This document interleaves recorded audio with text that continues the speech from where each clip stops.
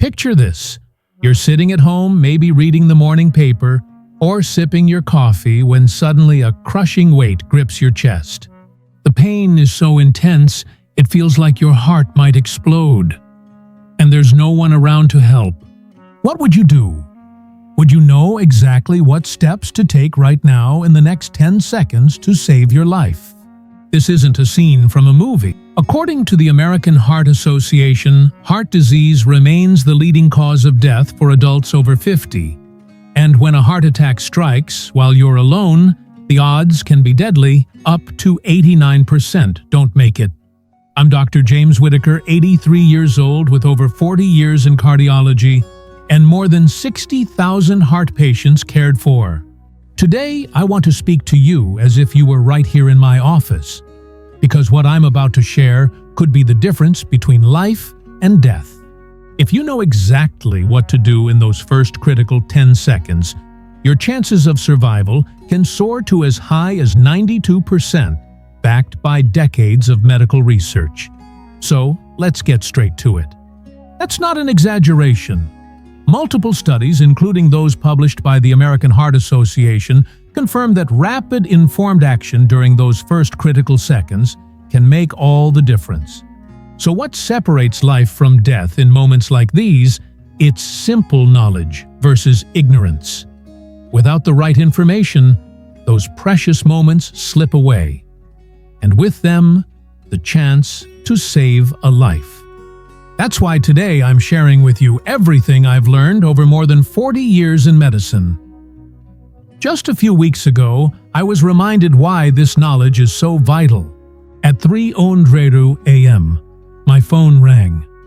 On the other end was a woman, her voice breaking with emotion. "Doctor, it's a miracle. My father survived. Thank you for teaching him what to do." She was talking about Mr. Daniel Thompson, a 76-year-old patient of mine. He had suffered a heart attack at home completely alone with no one to call out to. But instead of panicking, he stayed conscious and followed step by step the exact instructions I had given him months earlier. Because of that, he reached the hospital in time. When I saw him again, he looked me in the eye and said something I will never forget. "If I hadn't remembered what you explained to me, doctor, I'd be dead today." What saved his life wasn't luck. It wasn't coincidence. It was preparation. It was the fact that he had listened, practiced, and was ready when the moment came. That's exactly what I want for you. I want you to have the same tools, the same confidence, and the same fighting chance if a heart attack ever strikes. If what you've heard so far has already given you something valuable, take a moment now to subscribe and hit the notification bell, because this knowledge could one day save your life or the life of someone you love. In just a moment, I'm going to walk you through the 8 essential steps to surviving a heart attack when you're alone. I'll explain them in clear, straightforward language without medical jargon, so you can remember them when it matters most. These aren't tips you'll find in a textbook.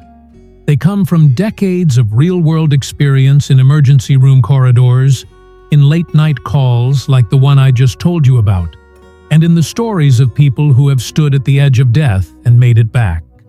Before I walk you through those 8 life-saving steps, there's something you need to understand. A heart attack rarely arrives the way it's shown in soap operas. It's not like television where the character suddenly clutches their chest, lets out a dramatic cry, and collapses to the floor. The truth is far more silent, far more deceptive, and far more dangerous. Take the day Mr. Robert Miller experienced his heart attack. Everything about that morning felt ordinary. He woke up at 5:00 a.m., just as he had for years.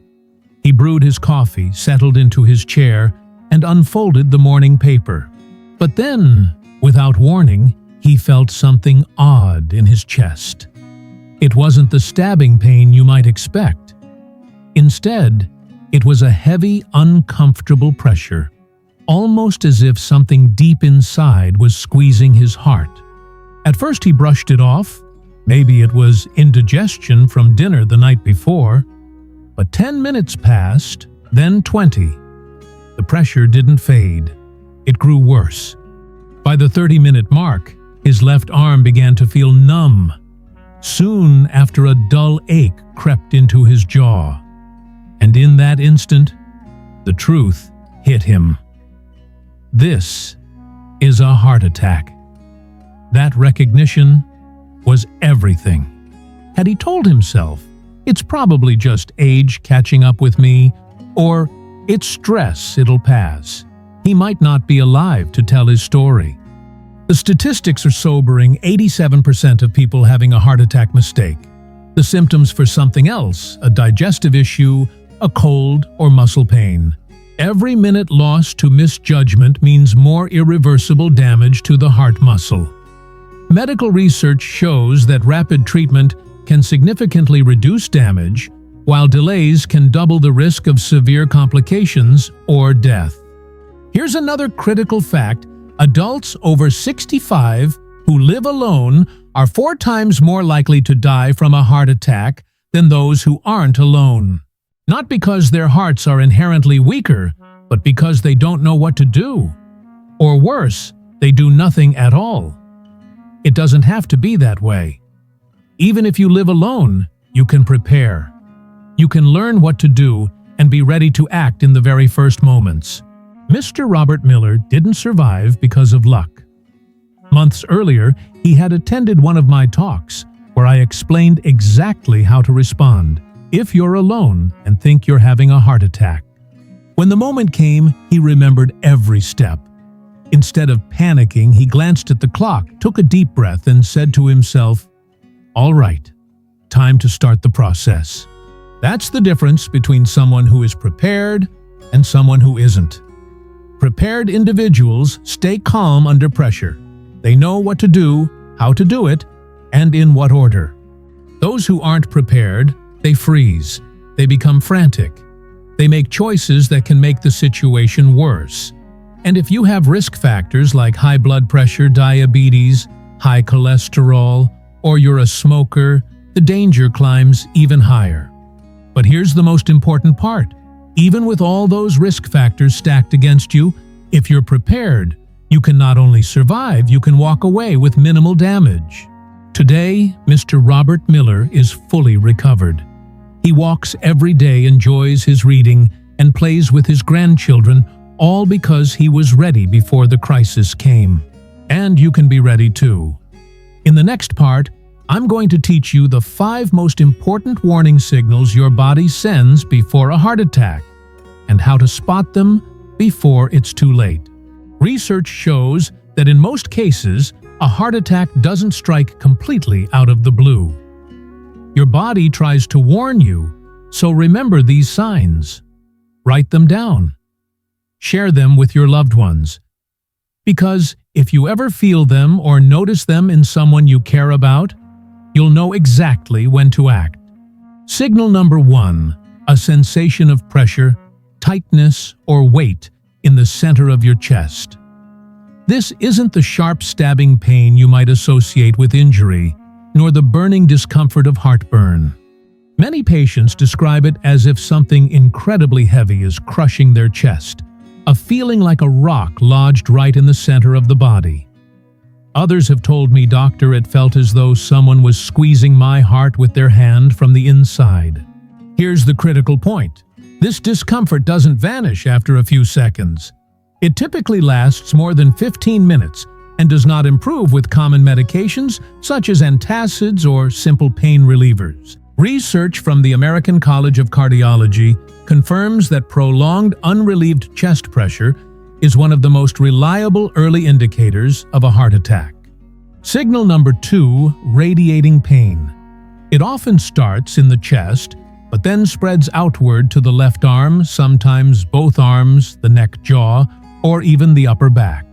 In women, jaw pain is particularly common and is frequently misinterpreted. I've seen patients who thought they had a dental problem and went to the dentist instead of the emergency room, losing precious time. Signal number 3, extreme fatigue without an obvious reason. If out of nowhere, you feel completely drained as though your body can't take another step, despite doing nothing strenuous, it may be a warning that your heart isn't receiving enough oxygen-rich blood. This sign is especially common in women and is often overlooked. But if it appears alongside other symptoms, you must act immediately. Signal number 4. Sudden shortness of breath, accompanied by cold sweats. You're resting, not climbing stairs or lifting anything heavy, and suddenly it's hard to breathe. Cold perspiration beads on your skin even if the room is cool or a fan is blowing. This is one of the most alarming signs. While it can be mistaken for anxiety, if it occurs along with chest pressure or radiating pain, it's a clear signal that your heart is under distress. Studies in the Journal of the American Heart Association emphasize that unexplained shortness of breath, particularly in people over 50, should always be taken seriously. Signal number 5. Dizziness, nausea, or vomiting. Feeling lightheaded as though you might faint. Becoming nauseous without explanation or even vomiting should never be dismissed as just something you ate. Many individuals take an antacid or digestive remedy, assuming the stomach is to blame when in reality, they are already in the early stages of a heart attack. Here's what's crucial to remember. You don't need to have all 5 of these symptoms at the same time. Experiencing just 2 or 3 is enough to suspect a heart attack. And if you also have risk factors like high blood pressure, diabetes, high cholesterol, or a history of smoking, even one of these symptoms is reason to act immediately. Mr. Robert Miller, the patient I mentioned earlier, recognized 3 of these warning signs: chest pressure, arm pain, and sudden fatigue. That was all he needed to understand that something serious was happening. Because he acted without delay, the damage to his heart was minimal. Today, Mr. Miller still takes his morning walks, reads his favorite books, and enjoys every moment with his grandchildren. And that's exactly where I want you to be. Not in a hospital bed, wishing you had acted sooner, but out in the world living fully, because you recognized the signs and responded in time. Now we've come to the most critical part of this video, the 8 steps you must follow if you're alone and start to suspect you're having a heart attack. You don't need to be a doctor, and you don't need special equipment. What you do need is memory composure and the willingness to act without hesitation. Because here's the truth, even if you're alone, even if you live miles from the nearest hospital, these steps can boost your survival chances by up to 90% according to data from the American Heart Association. So I want you to pay close attention. Listen calmly, and most importantly, practice these steps in advance.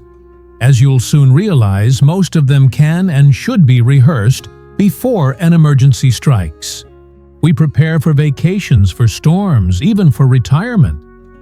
But very few people prepare for the possibility of surviving a heart attack. That changes today. Are you ready? Let's begin. Step number 1. The moment you notice symptoms, stop whatever you're doing and sit down in a safe place. Do not keep walking. Do not tell yourself, "I'll just wait a few more minutes." Find a sturdy chair or sofa with a backrest and sit with your back fully supported. Do not lie flat on the floor. That can make circulation less efficient and complicate your condition. And don't remain standing either, as dizziness or sudden weakness could cause a dangerous fall. When Mr. Robert Miller felt the first signs of chest pressure, he had been about to head out for his morning walk. Instead, he sat immediately on the bench by his front door, his back supported. That single decision meant he didn't collapse or lose consciousness. It sounds simple, but this first step has saved countless lives. Step number 2. Chew an aspirin. If you have aspirin at home, take a 100 mg tablet and chew it thoroughly. Do not swallow it whole. Chewing allows the medication to enter your bloodstream much faster, helping to inhibit platelet function and dissolve the clots that are blocking blood flow to your heart. Research published in Circulation shows that early aspirin use during a heart attack can reduce cardiac damage by as much as 40%. This is exactly what saved Mrs. Evelyn Carter, a 78-year-old who lives alone. One morning, she began to feel unwell. She remembered the advice from a health talk she attended. Though nervous, she immediately chewed an aspirin and called emergency services. When she arrived at the hospital, doctors told her that because she had taken aspirin so quickly, her heart had suffered almost no permanent damage. If you don't have aspirin at home, don't panic. There are still other steps you can take, and we'll get to those next. But if you have a history of heart problems, you should always keep a box of aspirin in a visible, easy-to-reach spot, somewhere like the top of your refrigerator, because when seconds count, you don't want to be searching for it. If you're allergic to aspirin or have a history of gastric ulcers, skip it entirely and move straight to the next step. Step 3. Call emergency services and give your location clearly. In Spanish-speaking countries, the emergency number may not be 911, it could be 31177 or another local number, so have the correct one saved in your phone. The key detail here isn't just making the call, it's making sure that at the very start you state your full name, exact address, and the nature of your emergency. Why? Because during a heart attack, you could lose consciousness without warning. If you haven't given your location right away, paramedics won't know where to find you. For example, as soon as the operator answers, you might say, "My name is Daniel Carter. I'm at 485 Maple Avenue, apartment 2A, Oakwood Towers. I have chest pain and trouble breathing." From there, calmly answer every question the operator asks. Don't hang up. Don't exaggerate your symptoms, but don't downplay them either. Accuracy helps emergency teams prepare before they arrive. Step 4. Unlock your door and leave the key or entry code visible. This may seem like a small detail, but in emergency medicine, minutes can be the difference between life and death. If the paramedics arrive to a locked door, they'll lose critical time trying to get in. If you have an electronic lock, write the code in large, clear letters on paper and tape it to the door. If you use a physical key place, it's somewhere obvious, like in a flower pot or under the welcome mat. At this moment, your life is worth far more than any possession in your home. Step 5. Position yourself at a 45 degrees incline with legs slightly elevated. Avoid lying completely flat, which can cause fluid buildup in the lungs. Avoid sitting bolt upright, which forces your heart to work harder. The American Heart Association notes that a semi-reclined position helps maintain blood flow to the brain and heart while reducing strain on the lungs. Ideally, lean back about 45 degrees in a sturdy chair or sofa with your legs resting on a pillow or cushion. Step 6. Send a brief text to family, don't make phone calls. Speaking on the phone uses more energy than you might think, and in the middle of a cardiac event, conserving oxygen and energy is critical. Instead, send a short, direct text like having heart attack symptoms, called emergency, going to hospital. Don't worry, meet me there. Send it to 2 or 3 family members so you're not relying on one person seeing it in time. Step 7. Breathe deeply. Inhale for 4 seconds. Exhale for 6. This type of slow, controlled breathing reduces the heart's workload, helps keep you calm, and maintains oxygen delivery. Inhale gently through your nose for 4 counts, letting your abdomen, not just your chest, rise. Then exhale slowly through your mouth for 6 counts, even making a soft whoosh sound to help pace your breath.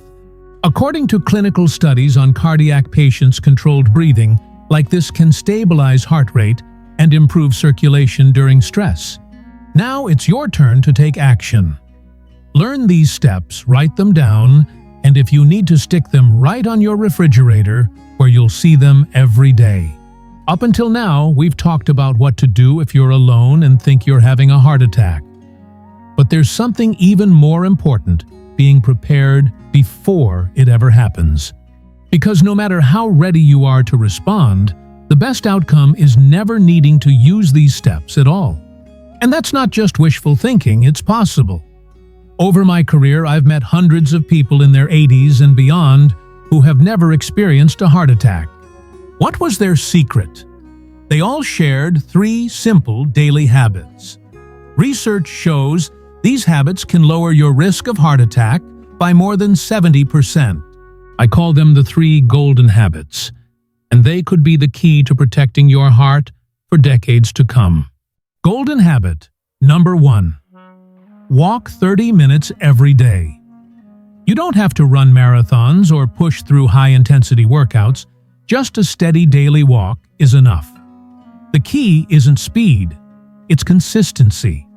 Take Mr. Robert Hayes, for example, an 82-year-old from Cedar Grove, Ohio, who has been walking in the park every morning for over 25 years. It doesn't matter if it's cold or hot. My body asks for it, he says. His latest medical checkup revealed that his heart functions like that of a 60-year-old. Science backs his results. Studies from the American Heart Association show that daily walking can lower heart disease risk by up to 30%, improve circulation, and help control blood pressure. Golden habit number 2. Reduce salt to the bare minimum. Salt is one of the heart's most silent but dangerous enemies. Excess sodium raises blood pressure, stiffens arteries, and increases the risk of heart attack. Most people consume far more than the recommended daily limit of 1/500 milliliters.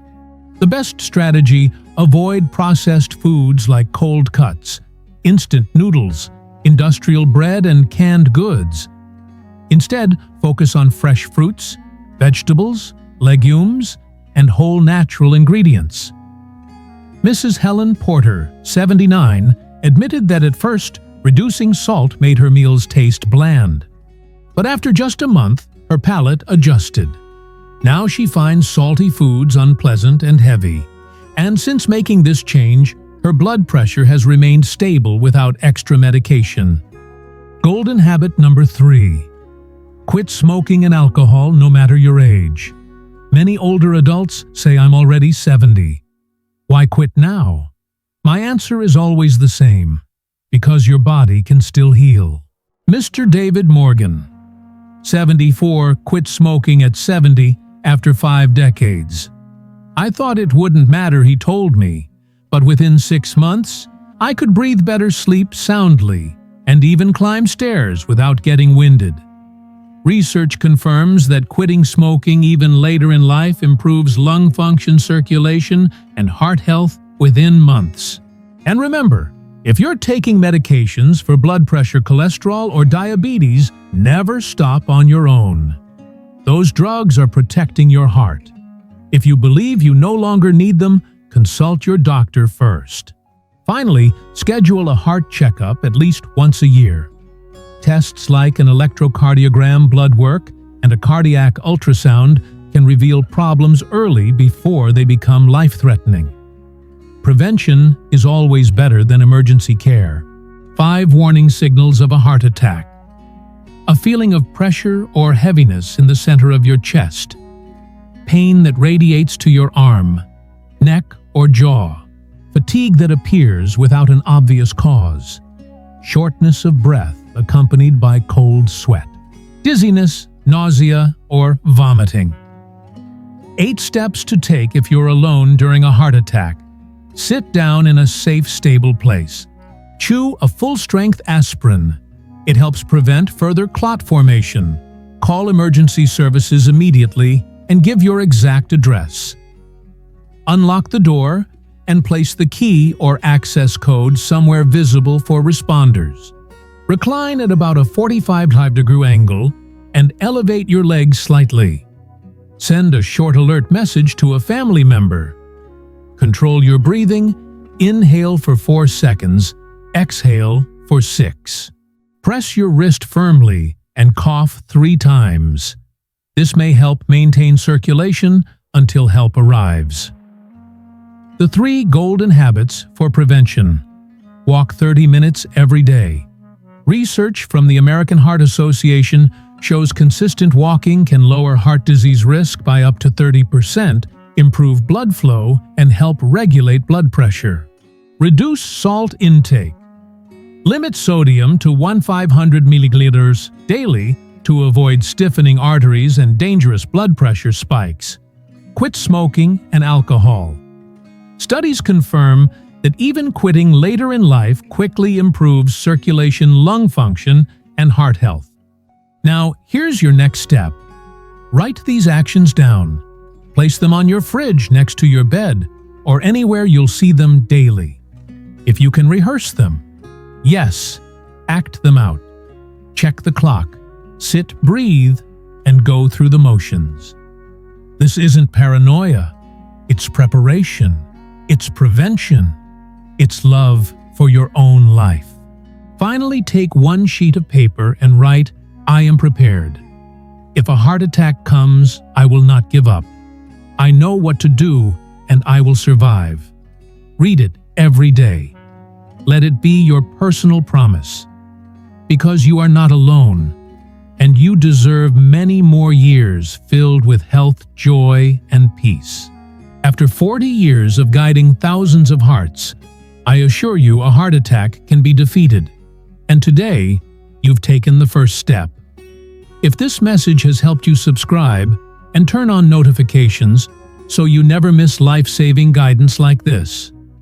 Share it with your parents, siblings, and friends. And in the comments write, "I am prepared." That's not just a comment. It's a commitment to yourself and a declaration of life. Take care of your heart, and may it stay strong for many years to come.